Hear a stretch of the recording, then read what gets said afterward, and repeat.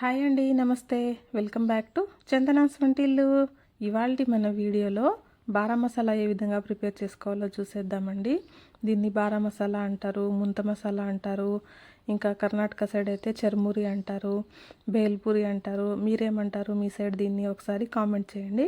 ఇప్పుడైతే ప్రాసెస్ చూసేద్దాం పదండి. ముందుగా ఒక గిన్నె తీసుకొని ఇందులోకి మనం ఎంత క్వాంటిటీ అయితే చేయాలనుకుంటున్నామో అంత బొరుగులు తీసుకోండి. మేమైతే ఇక్కడ 1/2 kg తీసుకున్నామండి బొరుగులు. తీసుకొని దీంట్లోకి ఇప్పుడు మనం టమోటా ప్యూరీ వేసుకోవాలండి. టమోటాని కట్ చేసి వేసుకోవడం కంటే ఇలా ప్యూరీ చేసి వేసుకుంటే మనకు బొరుగులలో బాగా మిక్స్ అవుతుంది, బాగుంటుంది టేస్ట్ కూడా. తర్వాత అలాగే క్యారెట్ ఈ విధంగా తురుముకొని వేసుకోండి. నేను ఇక్కడ 2 కప్పులు వేసుకుంటున్నానండి. క్యారెట్ తురుము కూడా వేసేసిన తర్వాత ఇందులోకి మనం ఆనియన్స్ వేసుకోవాలండి. ఆనియన్స్ ఇలా చిన్నగా కట్ చేసి వేసుకోండి. చిన్నగా ఉంటే మనకు బొరుగుల్లో మొత్తం బాగా మిక్స్ అయిపోతుంది, బాగుంటుంది. తర్వాత అలాగే కారం పొడి అండి, 1 టేబుల్ స్పూన్ కారం పొడి, 1 టేబుల్ స్పూన్ ధనియాల పొడి వేసుకోండి. అలాగే 1/2 టేబుల్ స్పూన్ గరం మసాలా వేసుకోండి. తర్వాత 1 టేబుల్ స్పూన్ సాల్ట్ వేసుకోండి.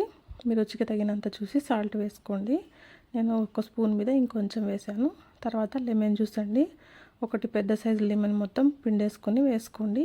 మీరు పులుపు ఎక్కువ తినాలి అనుకుంటే ఇంకాస్త ఎక్కువ వేసుకోండి. వేసుకొని వీటన్నిటిని బాగా ఒకసారి నీట్గా మొత్తం మిక్స్ చేసేసుకోండి. అన్ని బొరుగుల్లోకి బాగా తడిచేలాగా టమోటా ప్యూరీ మొత్తం వచ్చేలాగా చూడండి. ఈ విధంగా బాగా మిక్స్ చేసేసుకోండి.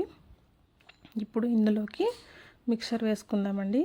నేను ఇక్కడ మిక్చర్ వేసుకుంటున్నాను 2 కప్పులు. మీరు ఇంకా కావాలంటే నిప్పట్స్ కానీ అలా ఏవైనా కార్న్ఫ్లేక్స్ కానీ అలాంటివి ఏవైనా ఉంటే అవి కూడా వేసేసుకోవచ్చు. తర్వాత వేయించిన పల్లీలు 1/2 కప్ వేసుకుంటున్నానండి. తర్వాత అలాగే పుట్నాలు ఇవి కూడా వేయించుకొని 1/2 కప్ వేసుకోండి. ఈ పల్లీలు పుట్నాలని చాలా బాగుంటాయండి మనకు బారా మసాలాలో. మనకు ఈవినింగ్ టైమ్స్ ఏమన్నా కారంగా అలా తినాలి అనిపించినప్పుడు సింపుల్గా ఇలా మనం చేసేసుకొని తినచ్చండి. చాలా ఈజీగా సింపుల్గా చేసేసుకోవచ్చు.